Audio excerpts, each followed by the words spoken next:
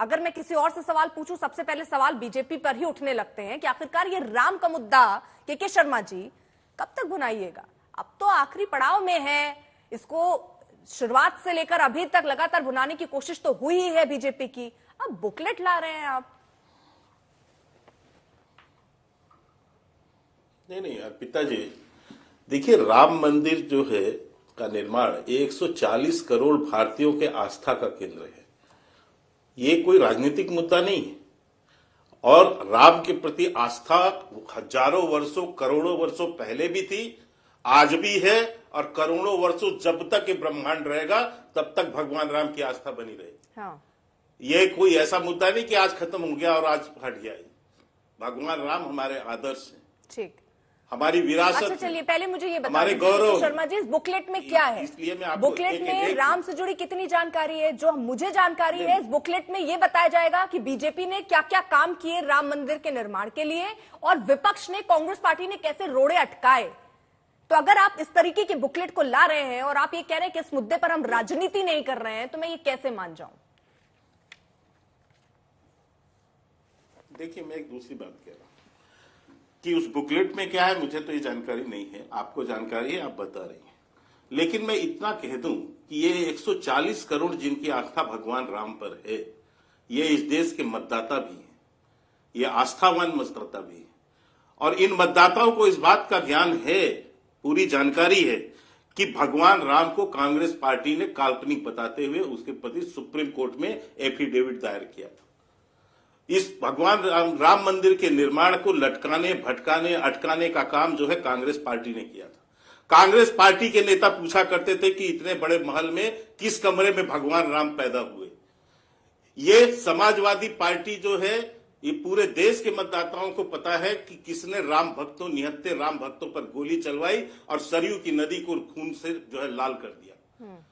ये सारे देश के 140 करोड़ मतदाताओं को भी ये भी पता है कि कौन यहाँ पर शौचालय बनवाने की जो है नुमाइंदगी करता है। ठीक है, के शर्मा जी, यहाँ पर बात कितनी जल्दी पलट गई। एक तरफ आपने भक्त से शुरुआत किया, उसके बाद आप मतदाताओं पर पहुंच गए। सर, भक्तों से शुरू किया, उसके बाद आप मतदाताओं तक पहुंच गए और दूसरी तरफ आप ये भी कह रहे हैं कि जनता को पता है कि कांग्रेस पार्टी ने क्या कहा। सर, आपने कह दिया कि कांग्रेस पार्टी को पता है, मतलब आम जनता को पता है कि कांग्रेस पार्टी ने क्या किया। तो जब सब कुछ पता है तो यही तो मेरा सवाल है सर, ये बुकलेट क्यों नहीं? मुझे एक चीज बताइए, जब हम इकलौती पार्टी थे जो अपने घोषणा पत्र में डंके की चोट पे भारतीय जनता पार्टी लिखती थी कि हम राम मंदिर का निर्माण करेंगे और सारे दल हम पर सांप्रदायिकता का आरोप लगाते थे। और यह भी बता दूं कि यह लिखना क्यों जरूरी था। राजनीति में, लोकतंत्र में यदि हमारे सामाजिक सरोकार हैं, यदि हमारे आर्थिक सरोकार हैं, हमारे राजनीतिक सरोकार हैं, क्या हमारे सांस्कृतिक सरोकार पर चर्चा नहीं होनी चाहिए? हमारे आध्यात्मिक सरोकार पर जो है चर्चा, सरोकार पर चर्चा नहीं होनी चाहिए? संविधान में क्या हमको इस बात का अधिकार नहीं देता कि आप अपने आध्यात्म को, आपने जो है इष्ट को पूजें, अपने धर्म के संदर्भ में बातें करें? हम अपने संस्कृति पे बात नहीं कर सकते क्या? हम सांप्रदायिक हो गए? हमने 70 साल तक झेला है इस सांप्रदायिकता। यानी सीधी सी बात मैं ये समझ लूं हमने कि ये 70 साल भी तक एक बड़ा झेला मुद्दा है जिसको 24 के रण में आप उतारने वाले हैं। सीधी सी बात ये है सर, कोई रण में उतारने की जरूरत नहीं है। हाँ।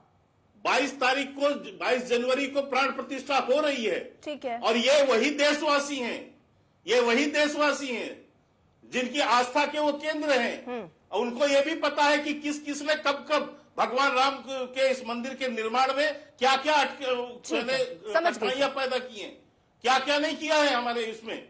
तो मैं इस बात को कह रहा हूं, बाकी दलों ने क्यों नहीं देश की सांस्कृतिक एकता, देश की सांस्कृतिक महत्ता, देश की गौरवमयी विरासत, इसके संदर्भ में बोलने से ठीक है, अपना बंद कर ठीक है, समझ गई सर। इसलिए बंद कर लिया क्योंकि उनको तुष्टिकरण करना था। ठीक है, मनोज काका को मैं रुक करूंगी सर। तो इसलिए मैं कहता हूं कि ठीक है, ये आस्था का विषय है, पर ये निश्चित तौर से 140 करोड़ मतदाताओं का भी विषय। ठीक सर, समझ गई सर। मनोज काका जी, अब ये तो इनकी स्ट्रैटेजी है ना कि आप बुकलेट लेकर आ रहे हैं। अभी मैं आपसे कोई सवाल पूछूंगी, मुझे उसका जवाब मैं जो गेस कर पा रही हूं आप यही देंगे कि देखिए बेरोजगारी है, महंगाई है। क्या उस पर कोई आपकी बुकलेट आई है क्या? वो उनकी स्ट्रैटेजी है एक विपक्ष के तौर पर आपकी क्या स्ट्रेटेजी है?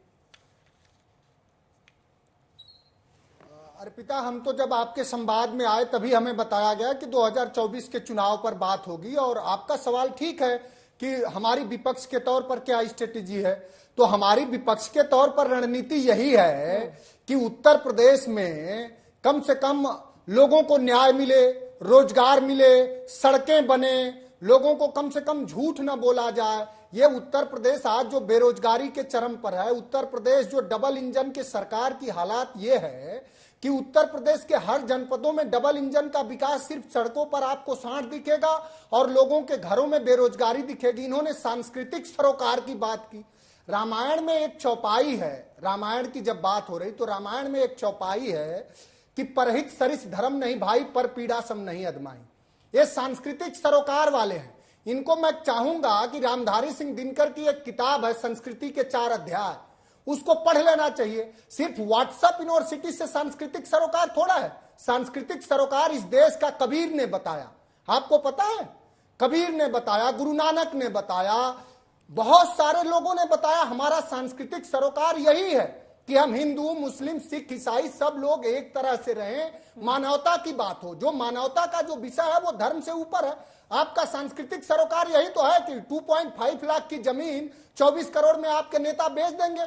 मर्यादा पुरुषोत्तम भगवान के राम के नाम पर भी वहां जमीन का घोटाला हुआ, वहां के लोगों को आपने बेघर किया, और उन लोगों को जो भूमि अधिग्रहण कानून है उसके तहत मैं आपकी रणनीति देखिए समझ रही हूँ। आपका सांस्कृतिक सरोकार, देखिए मैं आपकी रणनीति समझ रही हूँ। ये बड़े मुद्दे हैं जिनको आप उठाना चाहते हैं और लगातार उठा भी रहे हैं। फिर सवाल यही उठता है भाई, यूपी में कितनी सीटें आई थी? ये मुद्दा तो आप यूपी चुनाव से उठाते आ रहे हैं ना। मतलब स्ट्रैटेजी में कोई परिवर्तन कीजिएगा कि नहीं कीजिएगा? सीटें चली जा रही हैं, विपक्ष की हालत खस्ती हुई जा रही है, स्ट्रैटेजी वही है। अरे सर कुछ नया सोचिए। रणनीति, आप जो रणनीति की बात कर रही हैं, मैं रणनीति की ही बात बता रहा हूं। समाजवादी पार्टी पर आपको ठीक से अध्ययन करना चाहिए। जब 2012 में 15 मार्च 2012 को हमारे राष्ट्रीय अध्यक्ष जी मुख्यमंत्री की शपथ लिए, तब समाजवादी पार्टी का उत्तर प्रदेश में वोट जो शेयर था वो 29.8% था। आज जो हमारा वोट शेयर है उत्तर प्रदेश में 36% है। तो हमारा वोट शेयर भी बढ़ा, लेकिन जो भारतीय जनता पार्टी बेमानी, धोखेबाजी, आप उत्तर प्रदेश के मतलब आप बात कर रहे हैं। मैं आपको बता रहा हूं, थोड़ा मैं थोड़ी जमीनी बात तो सुनिए। अरे सत्ता में रहना, उसको हम सत्ता में जो है उसकी बात करिएगा। वोट शेयर से खुश हैं आप? वोट शेयर बढ़ा है बस, ठीक है, सत्ता तो नहीं मिली ना सर। नहीं, बिल्कुल नहीं खुश होना चाहिए, लेकिन सत्ताधीशों को ये तो वो वाली बात आपने कर दी और इतनी कि हार के भी जो जीता नहीं, वो नहीं कर दी। अब आप सुनिए तो जो लोग सत्ता में हैं उनका भी आप आकलन करिए। इस देश में आज भी उनको 35% वोट मिलता है, उनके विरोध में 65% वोट है। तो जो लोग सत्ता में हैं वो भी सत्ता से चले जाएंगे, लेकिन ये झूठ बोलने वाले लोग हैं। और आज देश की हालात क्या है? इंटरनेशनल मॉनेटरी फंड की रिपोर्ट क्या है? ठीक, कर्ज लो और घी पियो, ये हालात है। जिस देश पे 55 लाख कर्जा था, आज 205 लाख करोड़ रुपया हो गया। कौन जवाब देगा? सिर्फ भारतीय जनता पार्टी का और भारतीय जनता पार्टी के नेताओं का वैभव विलास इस देश का वैभव विलास नहीं है। हमारी भुखमरी में क्या हालात है? उत्तर प्रदेश के 69,000 शिक्षक भर्ती में क्या हुआ? उत्तर प्रदेश के विश्वविद्यालयों में क्या हालात है? पूरे देश के विश्वविद्यालयों में सिर्फ एक जाति वर्ग के लोगों का क्या हालात है? सर फिर तो ये भी सवाल उठते, समाजवादी पार्टी की भी सरकार थी, ऐसे कांग्रेस की भी देश में सरकार थी, फिर तो भाग्य बदल जाना चाहिए। अगर सारी राजनीतिक दल इतने ही शिद्दत से काम करें, विपक्ष में बैठा इंसान यही सवाल उठाएगा। सर ठीक है, मैं आ रही हूँ और मेहमानों का भी रुख कर लेने दीजिए सर। ठीक है सर, और लोगों का भी रुख कर लेने दीजिए, फिर मैं आ रही हूँ सर, दोबारा भी मौका मिलेगा। आनंद दुबे जी, संविधान दिया, आनंद दुबे जी, बाबा साहब की बात करने पर ये जो बुकलेट लाने की बात अब बीजेपी की तरफ से हो रही है, इसको आप कैसे देख रहे हैं? अर्पिता जी नमस्ते, राम राम। देखिए, राम मंदिर आंदोलन में, राम मंदिर निर्माण में यदि सबसे बड़ी भूमिका किसी पार्टी की रही तो शिवसेना की रही, साथ में विश्व हिंदू परिषद की रही, बजरंग दल की रही, राष्ट्रीय स्वयंसेवक संघ की रही और भाजपा की भी रही, लेकिन बहुत बड़ी भूमिका नहीं थी।